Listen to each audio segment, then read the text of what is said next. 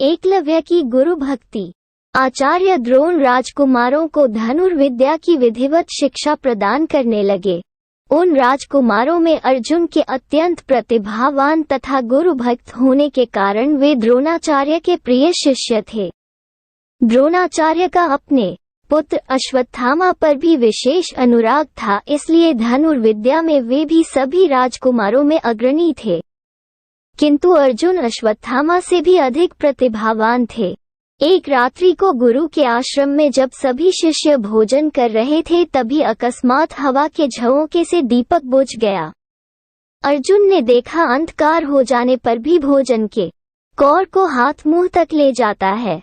इस घटना से उन्हें ये समझ में आया कि निशाना लगाने के लिए प्रकाश से अधिक अभ्यास की आवश्यकता है, और वे रात्रि के अंधकार में निशाना लगाने का अभ्यास करना आरंभ कर दिया।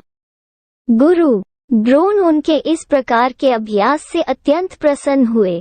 उन्होंने अर्जुन को धनुर्विद्या के साथ ही साथ गदा, तोमर, तलवार आदि शस्त्रों के प्रयोग में निपुण कर दिया।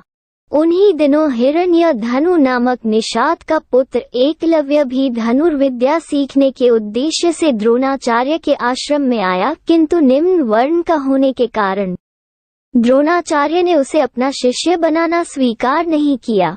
निराश होकर एकलव्य वन में चला गया। उसने द्रोणाचार्य की एक मूर्ति बनाई और उस मूर्ति को गुरु मानकर धनुर्विद्या का अभ्यास करने लगा। एकाग्रचित्त से साधना करते हुए अल्पकाल में ही वो धनुर्विद्या में अत्यंत निपुण हो गया। एक दिन सारे राजकुमार गुरु द्रोण के साथ आखेट के लिए उसी वन में गए जहां पर एकलव्य आश्रम बनाकर धनुर्विद्या का अभ्यास कर रहा था। राजकुमारों का कुत्ता भटककर एकलव्य के आश्रम में जा पहुंचा। एकलव्य को देखकर वो भौंकने लगा।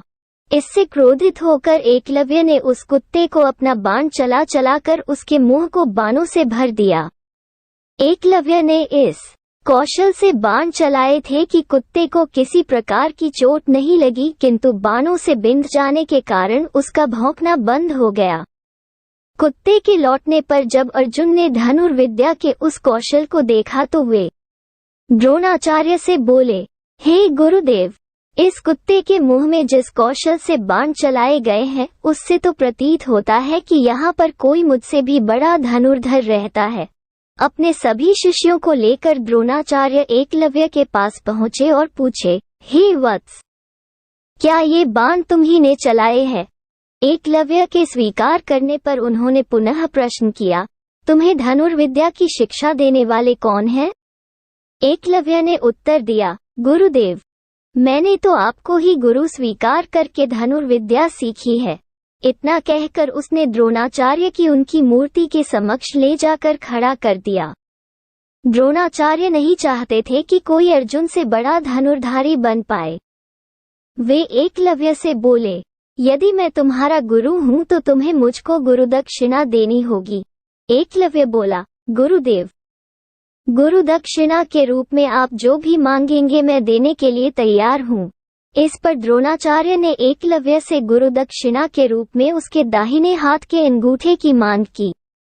एकलव्य ने सहर्ष अपना अंगूठा दे दिया। इस प्रकार एकलव्य अपने हाथ से धनुष चलाने में असमर्थ हो गया तो अपने पैरों से धनुष चलाने का अभ्यास करना आरंभ कर दिया।